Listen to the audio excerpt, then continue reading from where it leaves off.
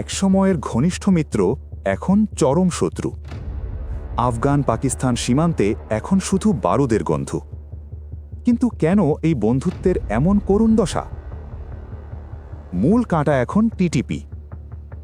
পাকিস্তানের দাবি, তালেবানের প্রশ্রয়েই আফগান মাটি ব্যবহার করে পাকিস্তানে হামলা চালাচ্ছে জঙ্গিরা। সাথে যোগ হয়েছে ডুরান্ড লাইন বা সীমান্ত বিতর্ক। আর লাখ লাখ আফগান শরণার্থী বের করে দেওয়ায় দুই দেশের সম্পর্ক এখন খাদের কিনারায়।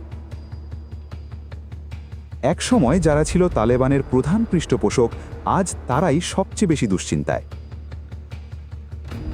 ৯০-এর দশকে যে তালেবানকে পাকিস্তান নিজের স্ট্র্যাটেজিক অ্যাসেট ভেবেছিল, ২০২১-এ ক্ষমতা দখলের পর সেই তালেবান এখন আর ইসলামাবাদের পুতুল হয়ে থাকতে রাজি নয়। এই অস্থিরতা পুরো দক্ষিণ এশিয়ার জন্য অশনি সংকেত। পাকিস্তান থেকে মুখ ফিরিয়ে তালেবান এখন ভারত ও চীনের দিকে ঝুঁকছে।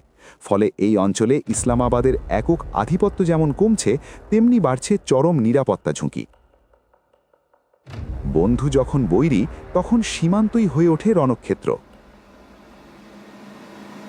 পাকিস্তান আফগানিস্তান সম্পর্কের এই ফাটল কি আদৌ জোড়া লাগবে, নাকি দক্ষিণ এশিয়ার রাজনীতিতে আসবে নতুন কোনো সমীকরণ? জেড টিভি বাংলা, নতুন ভাবনায় প্রতিদিন।